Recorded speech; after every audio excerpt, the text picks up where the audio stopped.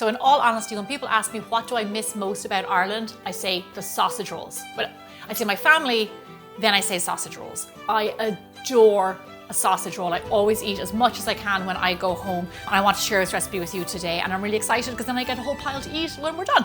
Okay, so we're going to first start out by making the easy puff pastry. Now, a lot of you know that this pastry is already on my website. It's part of my Bold Baking Basics. I'm going to show you how again to make it today. We're going to put some flour and our salt in a bowl. Now this is an easy puff pastry recipe. We do not have to do all the folding and anything like that. I'm going to show you my magic trick. And just to make this recipe extra Irish, this pastry is actually my mum's. So we are doubling down on the Irish today. So our salt and flour in a bowl there. Give it a mixy mix. Now, easy puff pastry involves a lot of folding, a lot of resting, all that jazz. No, it doesn't. This is kind of a hybrid between a rough puff and a puff pastry. Here I have frozen butter. Hard as the hops of hell, as they say in Ireland. Now, I kept this in the freezer overnight. I kept the paper on. This is what we're going to do. I have a grater here, and into our dry ingredients, we're going to grate in the frozen butter. Now what this does, it creates lots of little lumps of butter. And what these are going to do are going to go all the way throughout your pastry. So what's going to happen when all these little bits of butter go into the oven? They're going to melt. Steam is going to rise, and it's going to rise up our pastry, and that's what gives us these lovely layers. So please use good quality butter, which will make all the difference in your pastry. Now, just a little grating butter trick for those of you who fear grating. I know I do sometimes. Cut a little bit of extra butter so you have something to protect your fingers, and use the butter paper so then you can easily just grate just like that. That's my little trick after all these years of making this pastry. Once your butter is grated, just give it a little mix into your flour just to get all those little nubbins coated in flour.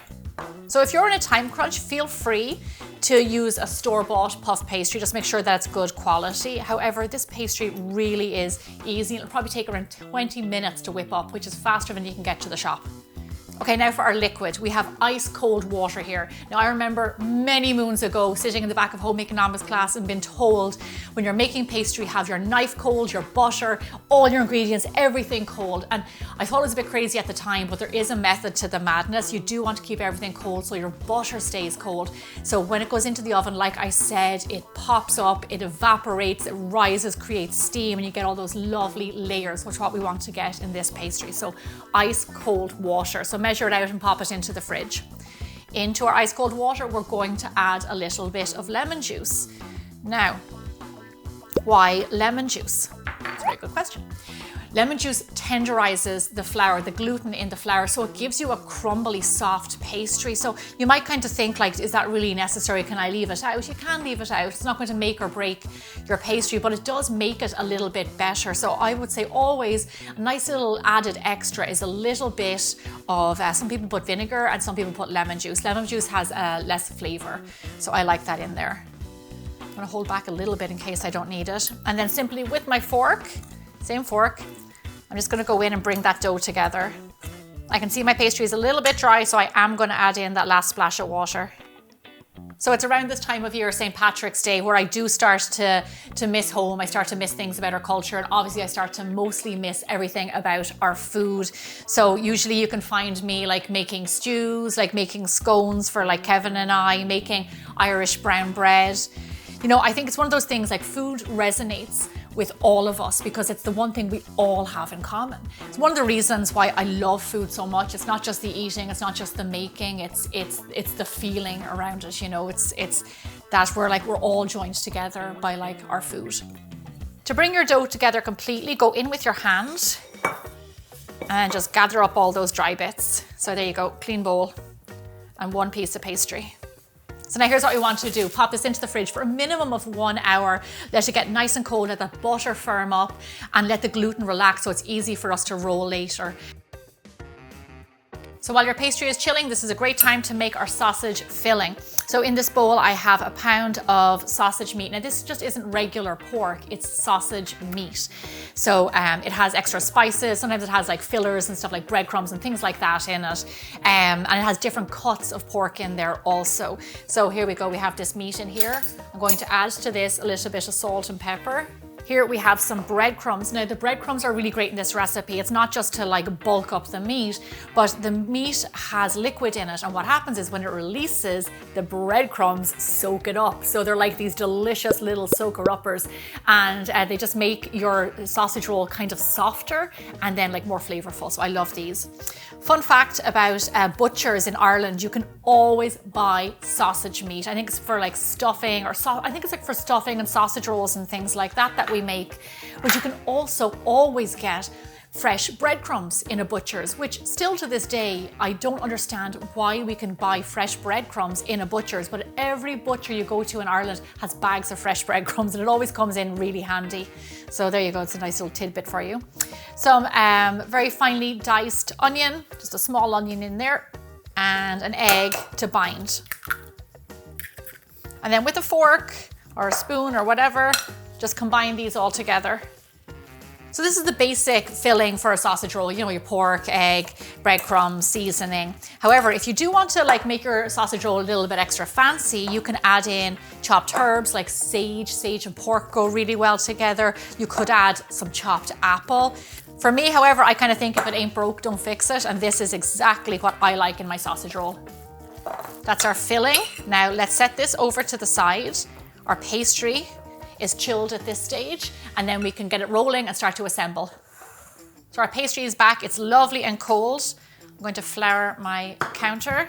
Here's the thing about sausage rolls. You don't have to be so finicky about a sausage roll.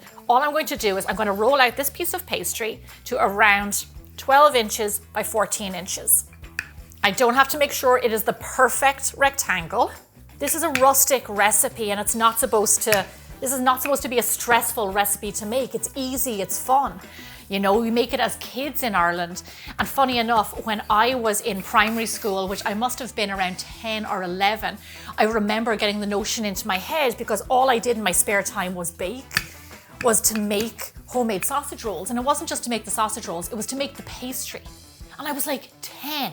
I remember in the kitchen at night, folding and rolling puff pastry, homemade. I mean, the stuff I used to do when I think about it at that age was crazy. You know, and then who would think like now, like almost 30 years later, like here I am in Los Angeles showing you guys how to make sausage rolls. Okay, perfect. Roughly 12 by 14 inches. So here's what I'm going to do. I'm going to divide this pastry down the middle using a sharp knife.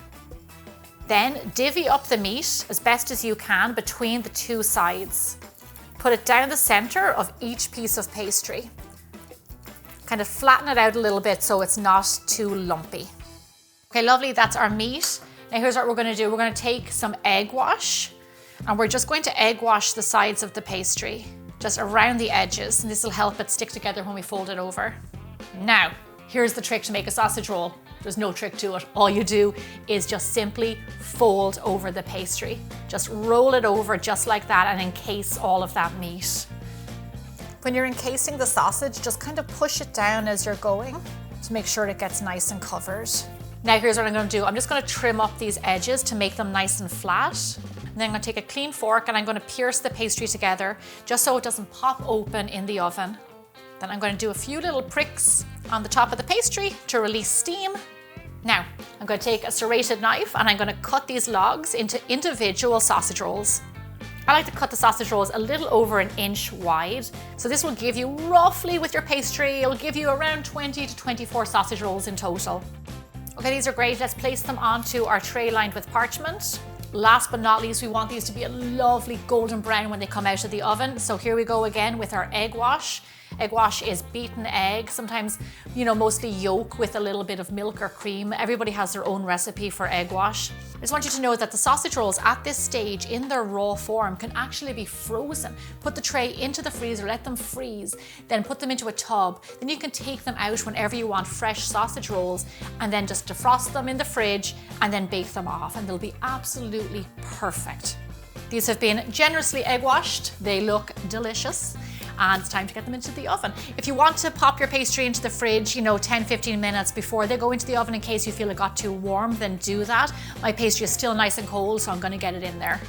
Bake those sausage rolls at 375 degrees Fahrenheit, 190 degrees Celsius for roughly 35 to 40 minutes or until they're lovely and golden brown. Look how gorgeous these are. They're beautiful golden brown and they're so bubbly. That's a little bit of the butter coming out of the pastry and they're kind of like greasy with the pork on the inside. I mean, these look amazing. I am so excited with how they turned out. When you bite into these, you'll just see how flaky this pastry actually is. And I'm going to serve them with a little bit of tomato sauce, also known as ketchup. I definitely had an agenda when I thought I would share a sausage roll recipe with you guys. I love these so much and I never get to have them. It's almost St. Patrick's Day, it's the day of my people, so I thought, why not? I really hope you like this recipe, and if you want more Irish videos, then definitely stick around. I've got so many more recipes for scones, breads, cakes, any kind of Irish treats, all ready for you there.